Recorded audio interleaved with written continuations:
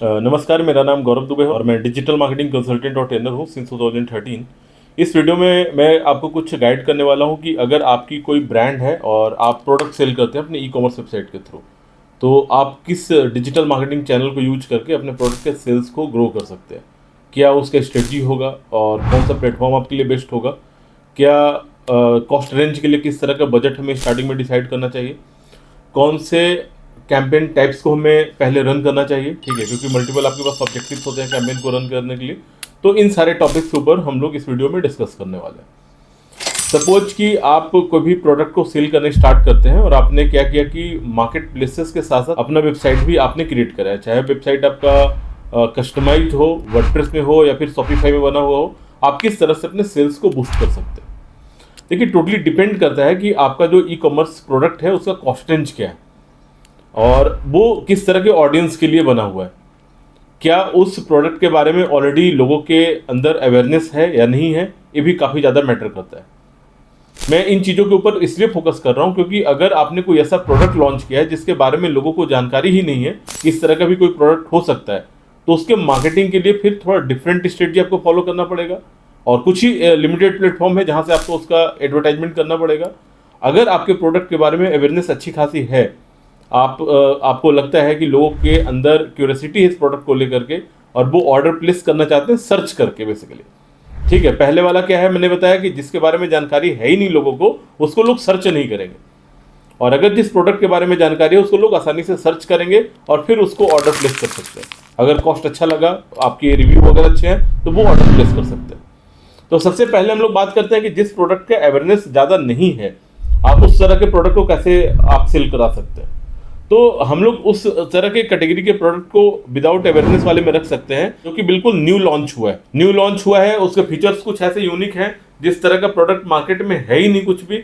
तो आपको क्या करना होता है कि आप बेस्ट तरीका ये है कि पेड एडवर्टाइजमेंट के थ्रू सोशल मीडिया का यूज करिए। सोशल मीडिया का मतलब फेसबुक और इंस्टाग्राम एडवर्टाइजमेंट को आप चूज करिए और वहां से आप अपने कैंपेन को रन करिए। जब आप कैंपेन को रन करने स्टार्ट करते हैं, then start with awareness campaign और उसके बाद आप सेल्स का कैंपेन स्टार्ट कर सकते हैं। मैं इसलिए प्रीफर करता हूं अवेयरनेस कैंपेन पहले, क्योंकि जब आप अपने एड को क्रिएट करते होंगे तो आपने देखा होगा कि वहां पे ऑडियंस का साइज दिखता है और एक एक्सपेक्टेड रिजल्ट आपको दिखाई देता है कि आपका जो भी ऑब्जेक्टिव है उससे कितने एक्सपेक्टेड रिजल्ट मिलेगा। सपोज आपने कोई अवेयरनेस के लिए कैंपेन चलाया है तो उसमें कितना रीच मिल सकता है आपको, ठीक है। अगर आपने कोई सेल्स के लिए चलाया तो कितना सेल्स मिल सकता है आपको। ये सारी चीजें आपको वहां पे एक्सपेक्टेड डेटा के अंदर दिखाता रहता है। जब आप एड को रन भी कर लेते हैं तो आपको ये एहसास होगा कि जब आप सिर्फ रीच के लिए कैंपेन चलाते हैं तो एक्स अमाउंट का लगभग 3x to 4x तक आपका रीच मिलता है। रीच का मतलब कि लोग आपके प्रोडक्ट को देख रहे हैं, आपके प्रोडक्ट के साथ अवेयर हो रहे हैं, आपके प्रोडक्ट का अवेयरनेस बढ़ रहा है, एड की फ्रीक्वेंसी वहां पे बढ़ रही है। मींस कि लोग आपके प्रोडक्ट को देखना शुरू कर चुके हैं, आपके ब्रांड से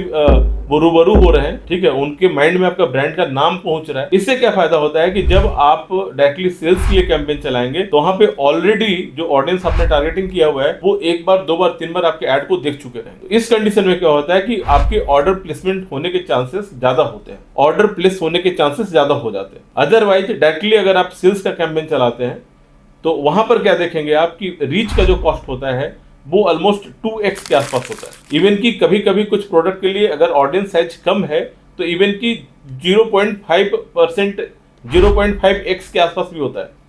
अगर 100 रुपए का कैंपेन चल रहा है तो मात्र 30, 40, 50 लोगों तक आपकी रीच होती है। तो अगर आपकी रीच कम है तो आपको बहुत ज्यादा पैसे स्पेंड करना पड़ता है एड फ्रीक्वेंसी को इंक्रीज करने के लिए, ठीक है। जब तक कि आपका एक टारगेट ऑडियंस 2 बार 3 बार एड को नहीं देख लेता है तब तक बहुत रेयर ऐसा होता है कि वो ऑर्डर को प्लेस कर सकते हैं। कुछ ही % ऑफ ऑडियंस ऐसे होते हैं जो कि वन टाइम में आपके ऐड को देख करके ऑर्डर प्लेस कर सकते हैं। तो पहला प्रोसेस ये होता है कि आप अवेयरनेस का कैंपेन चलाइए, उससे आपका एक ऑडियंस सेट बनता है आपके पिक्सल के थ्रू, ठीक है।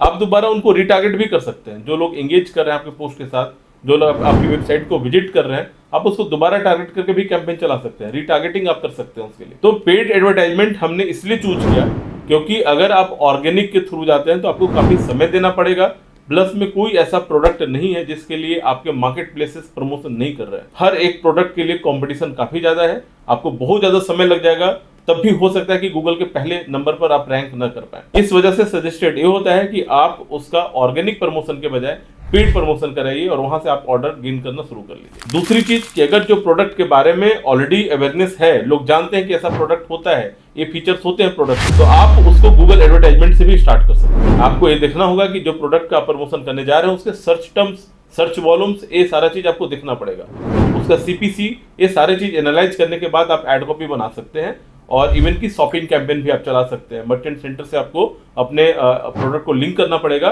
फिर आप गूगल का शॉपिंग कैंपेन भी चला सकते हैं और वहां से भी आपको कन्वर्जन मिल सकता है। तो अगर आप ई कॉमर्स के नए ब्रांड हैं, स्टार्ट कर रहे हैं, ठीक है, तो आपको पहले डिसाइड करना पड़ेगा कि क्या आपका प्रोडक्ट वेल अवेयर्ड है हमारे सोसाइटी में या नहीं। अगर नहीं है तो आप बिल्कुल मेटा से आंख बंद करके ऐड चलाना शुरू करिए, अगर है तो आप मेटा विद गूगल दोनों को आप यूटिलाइज कर सकते हैं, दोनों जगह से आपको सेल्स मिलने शुरू हो जाएंगे। अदरवाइज अगर अवेयरनेस नहीं भी है तो गूगल में भी एक ऑप्शन मिलता है डिस्प्ले एडवर्टाइजमेंट का, वहां से भी आप अपने कैंपेन को रन कर सकते हैं। लेकिन अक्सर देखा यह है मैंने इतने सारी कॉमर्स कंपनियों के साथ काम करके कि अगर किस प्रोडक्ट का बहुत ज्यादा अवेयरनेस नहीं है उसके लिए सेल्स आपको मेटा से अच्छा मिलता है इन कंपैरिजन विद गूगल का display advertising. SEO, social media optimization, email marketing, influencer marketing, ये सारी चीजें इसकी लिस्ट में हैं। अगर आपके पास अच्छा खासा बजट है, कोई एजेंसी आपको कहती है कि इन चीजों को कराइए, अगर आप लॉन्ग टर्म में जाना चाह रहे हैं, आपका प्लानिंग है कि अगले 5 साल के अंदर आप अपने बिजनेस को ग्रो करना चाहते हैं, या फिर लॉन्ग टाइम का, अगर लॉन्ग टर्म का आपका प्लान है, एग्जीक्यूशन करने का है, अगर लॉन्ग टर्म की आपकी प्लानिंग है, बजटिंग है आपके पास, तो आप एसईओ भी करा सकते हैं, इन्फ्लुएंसर आउटरीच भी करा सकते हैं,